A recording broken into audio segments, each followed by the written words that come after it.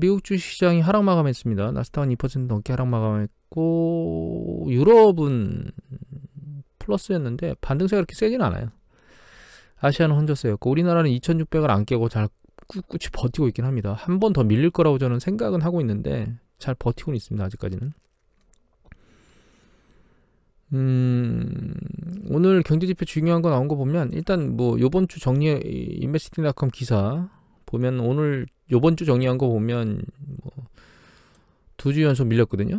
그런데 뭐 소비자 심리 지수가 오늘 안 좋게 나왔고요. 전쟁이 좀 안 좋은 쪽으로 가는 거 아니야라고 하는 심리가 좀 커지고 있는 이런 기사 보도가 나왔고 미시건 심리 지수가 나왔거든요. 근데 미시건 심리 지수가 안 좋게 나왔습니다. 반등하지 못하고.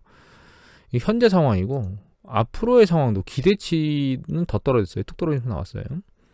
그리고 인플레이션에 대한 기대치입니다. 이거는 인플레이션에 대한 기대치인데 그거는 아주 급등하면서 나왔죠. 여기 보면 끝에 뭐 당연한 결과죠. 지금 상황을 보면. 그렇기 때문에 이게 뭐 기대하지 못했던 거다 뭐 이렇게 생각할 필요는 없고요. 심리지수는 변동성이 크기 때문에 특히 소비자 심리지수는 마찬가지입니다. 경기 확장 면에서도 변동성이 항상 크기 때문에 이게 추세적인 영향을 미칠 것이다. 이게 100% 그렇게는 생각할 필요는 없습니다. 일단 심적으로 안 좋다.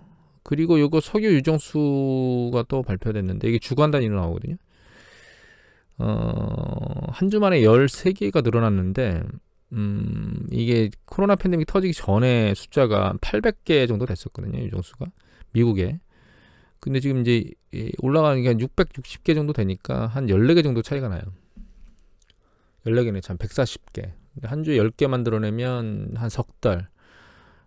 늦어도 4-5달 정도 되면 되거든요. 그러니까 올 중반 넘어 하반기 정도 가면 코로나 팬데믹 이전까지도 돌아간다 이런 얘기거든요. 일단 시간이 지나면 지날수록 어떤 형태로든 석유에 대한 부분을 커버하는 쪽으로 만들어지게 될 건데 이거 이외에 훨씬 더 중요한 거는 이제 결과적으로는 외교 협상력을 바이든이 키우는 수밖에 없습니다. 이란 핵 협상 부분하고 그 다음에 이란만 붙잡고 있는 게 아니고 사우디하고 아랍에미레이트 쪽에 협상력을 발휘해야 되는데 러시아 제재를 중동은 기권했을 겁니다. 반대한 게 아니고. 그러니까 미국이 그 트럼프 이전에 있었던 걸로 회귀하려고 애를 쓰고 있긴 하지만 그렇지 못한 패턴을 보이고 있고 자국 우선주의로 외교를 바꿨었죠. 그게 결과적으로는 중요한 시기에 힘을 발휘하지 못하고 있는 이런 형태로 지금 가고 있습니다. 근데 점차 시간이 지나고 수요 위축이 발생하면 석유 생산국들 입장에서도 수요 비축으로 인한 가격 하락이 발생할 거기 때문에 무조건 강 건너 불 보듯 쳐다볼 수는 없을 겁니다. 외교력이 발휘되는 그런 부분들이 좀 빨리 있으면 좀 더 안정화가 빨라지겠죠. 그리고 일단 전쟁이 빨리 끝나야 에그플레이션 관련된 부분도 악화가 중단될 거기 때문에 결과적으로는 장기전으로 가는 거냐 마는 거냐가 향후의 추세의 결정적인 요인이다 이렇게 생각을 해야 될 것 같아요. 이거는 석유 CME 쪽에 그 투기성 투자 포지션이거든요. 이 위로 늘어나면 상승 베팅을 더 많이 하는 건데 요번 주 들어서는 약간 감소했다. 이걸 보여주는 겁니다. 이거는 옥수수는 급등했죠. 이것도 주간 단위로 나오거든요. 요거는 밀도 급등했습니다. 그래서 원자재 시장이 계속 올라갈 거라고 하는 기대치는 일정 부분 요새는 곡물 쪽에서 훨씬 더 활발하게 일어나고 있는 상황입니다.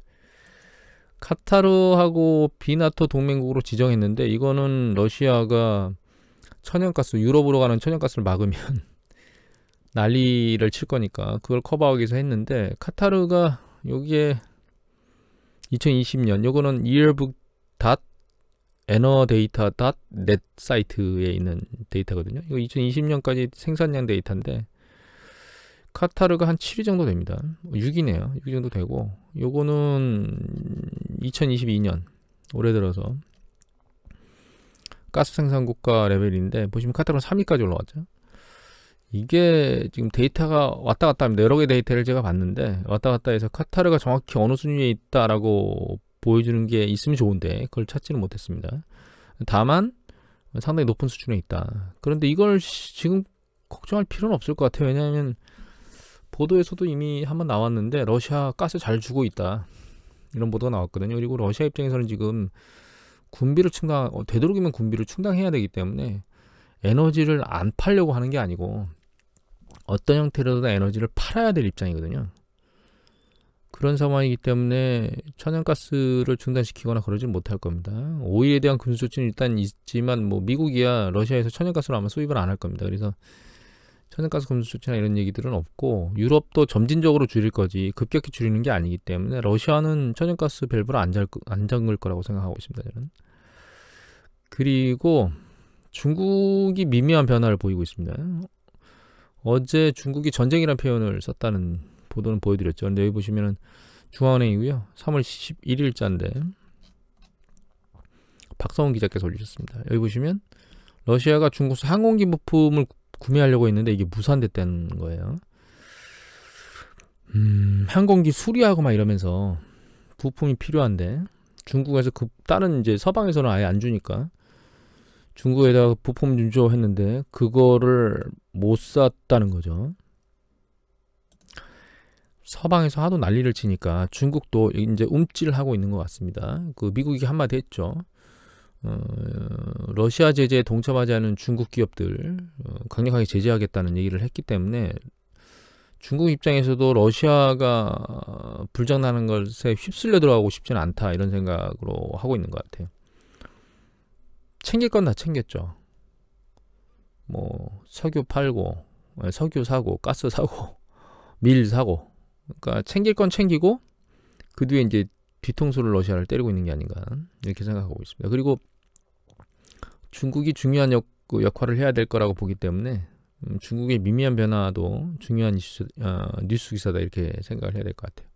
러시아가 충격을 이제 받기 시작한 것 같은데 여기 보시면 진열대가 텅텅 비었다는 얘기들이 나오죠. 그래서 뭐 1인당 10개, 기사 안에 들어가 보면 1인당 한 10개만 구매하라, 이런 얘기들이 나오고 있기 때문에 시장에서 충격을 가하고 있는 것 같고, 이제 지금 우크라이나 터지기 전에 물가 상승률이 한 8.7%였거든요. 전년동월 대비. 근데 실제로 90년대에 난리쳤었습니다. 러시아 물가 여기 보면 이게 1000%입니다. 1000%가 넘은 적이 있거든요.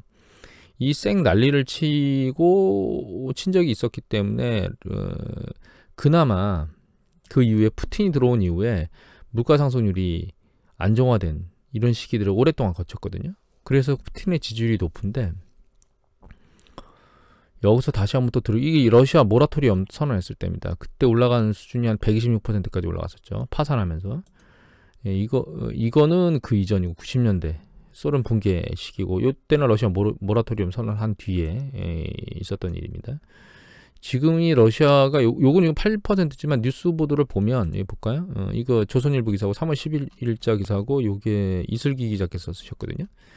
루브라 폭락, 최악의 인플레이션을 맞는가, 이런 얘기 나오죠. 40% 가까이 폭락하면서 식재료, 자동차, 의약품, 생활필수품 일제히 솟아서 주요 외신들은 물가 상승이 올해 중반 20%에 근접할 거라 보고 있다, 이렇게 나오고 있죠.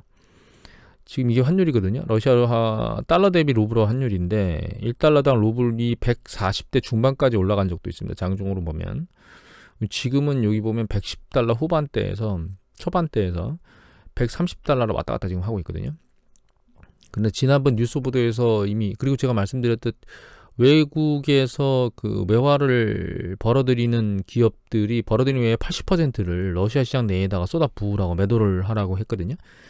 그런 부분이 일정 부분 이 환율의 급등을 지금 막고 있는 것 같은데, 이게 길어지면 길어질수록 위로 급등하는 패턴이 더 빨라질 거예요. 그래서 여기는 뭐 20% 얘기들을 하고 있는데 이거는 평균일 것 같고, 이거보다 훨씬 더 높은 수준까지도 올라갈 수 있습니다. 이렇게 국가부도가 나면 실제로 파산하면서 루블화가 폭락하게 되면. 그리고 거기다가 이때는 제재를 하면서 이게 올라간 게 아니거든요. 환율이, 인플레이션이 제재한 게 아니고 통화가치가 폭락하면서 그냥 올라갔는데, 지금 지금 같은 경우에는 아예 물자를 실어 나르는 배들이 물자를 안 실어 나르잖아요. 철도, 항공은 다 막혔다고 봐야 될 것 같고, 중국에서 해운하고 항공 같은 것들은 웬만한 건 서방은 다 막혔다고 봐야 되고, 중국에서 들어가는 물자 말고는 웬만한 물자는 들어갈 수 없다라고 봐야 됩니다. 그러니까 우리 뭐 공산품 같은 것들 말하는 거죠. 외국에서 사다 쓰는 것. 거기다가 그 서방 국가들이 전부 다 철수를 막 해댔잖아요. 그러니까 서방 국가들이 이렇게 국가 부도가 난다 하더라도 여기서 판매나 이런 것들을 하면 그나마 물자가 있는데, 지금은 그렇지 않은 상황이기 때문에 어느 순간에 급격하게 물가 상승률이 폭등할 수 있는 가능성을 가지고 있다. 그래서 단순히 여기서 예측하는 뭐 한 20% 수준, 이거를 훨씬 더 뛰어넘을 수 있는 수준이 가능성이 있다고 하는 것들은 우리가 가능성을 오픈하고 봐야 되고요. 그리고 이게 그 러시아의 정치 상황, 정치의 기반을 흔들 수 있는, 정치적 입지를 흔들 수 있는 중요한 이슈라고 우리가 봐야 될 것 같아요. 러시아 입장에서는 가면 갈수록 안 좋은 부분인 거죠. 이걸 계속 쥐어짜기 위해서 미국이 계속 해대고 있는데, 그게 뭐냐면 이게 최애국 지위를 박탈한 겁니다. 그러니까 이렇게 해서 주요 물자들 안 들어가는 거 이외에 주요 생필품 물자 같은 경우에는 뭐 그 일정 부분 들어갈 수 있는 여건들이 열려 있기 때문에, 근데 그런 것조차도 관세를 대규모로 붙여서 물가를 폭등시키겠다, 이렇게 얘기를 하고 있는 거죠. 보면 수출 수입도 다 금지를 시키고 완전히 구석으로 몰겠다, 이런 뜻을 하고 있고, 이건 이제 미국하고 유럽 연합하고 같이 막 세게 해대고 있습니다. 이런 입장인데 우크라이나 전선이 빨리 뭔가 문제를 해결하지는 못하고 있는 것 같아요. 러시아에서. 그래서 시리아에서 용병 끌어다가 갖다가 들이붓고 있는 것 같고, 러시아에서. 러시아 입장에서는 사실 3인 초과죠. 전쟁을 빨리 진행하고 싶은데 그러진 못하고 있고, 장성 8명인가를 갈아치웠다는 얘기가 나왔죠. 그리고 주요 장성들 사망한다는 얘기가 나오고, 별 스타 소장 이런 사람들이 전쟁터에서 뭐 대령 뭐 이 정도 모르겠지만, 스타들이 한 명은 어쩌다가 그랬을 수도 있다고 치지만 2명, 제 생각에는 아무리 우크라이나가 당나라군이지만, 아니 러시아가 지금 당나라군처럼 행동하고 있다고 얘기들이 나오고 있지만, 그럼에도 불구하고 너무, 제 생각에는 그 정보 차원에서 미성 사진이나 이런 것들을 강력하게 서방 쪽에서 우크라이나 쪽에 같이 제공하면서, 그러니까 군대를 직접적으로 지원하진 않지만 무기하고 전쟁 관련 정보들을 직접적으로 열심히 제공하고 있는 게 아닌가. 그래서 러시아가 뭔가 잘 행동을 못하고 있는 게 아닌가, 이런 생각이 듭니다. 어제 그 군사 전문가 얘기를 들어보니까,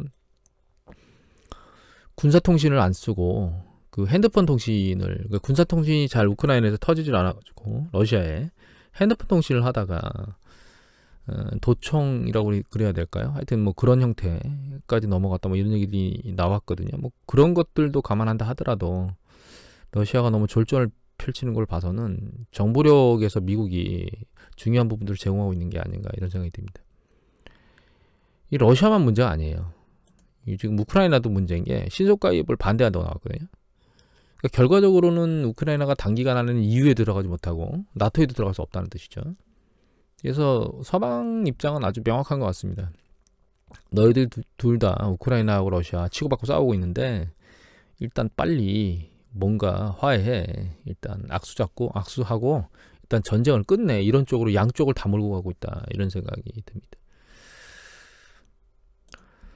한 가지 마지막으로 어제 잠깐 말씀드린 것 중에, 지금 아조프 연대 얘기들을 계속 하잖아요. 근데 이 아조프 연대가 이 민병대인데, 이 네오나치를 표방하는 민병대였거든요. 근데 이 문제는, 여기 보시면 신나치주의가 연결되어 있고, 이 사진 보시면 이게 예전에 독일군 철십자든가요?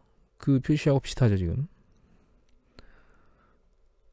그리고 이게 인권 침해와도 관련이 있어요.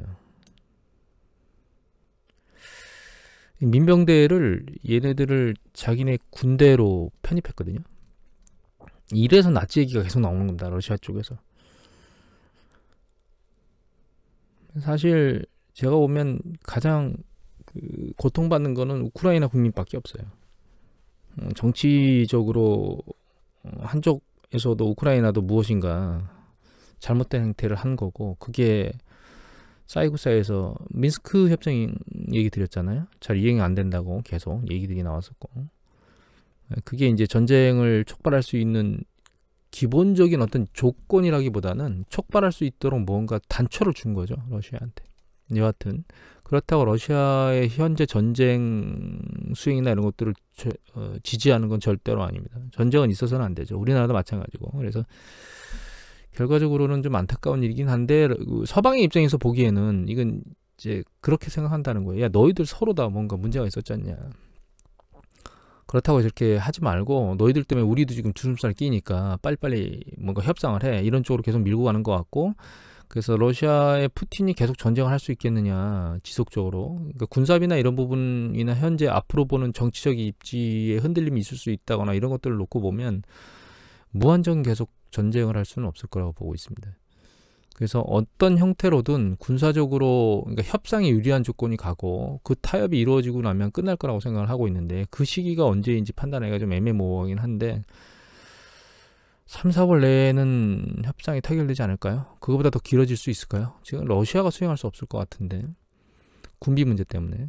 여하튼 그렇게 생각하고 있습니다. 오늘 이것을 마치도록 하겠습니다.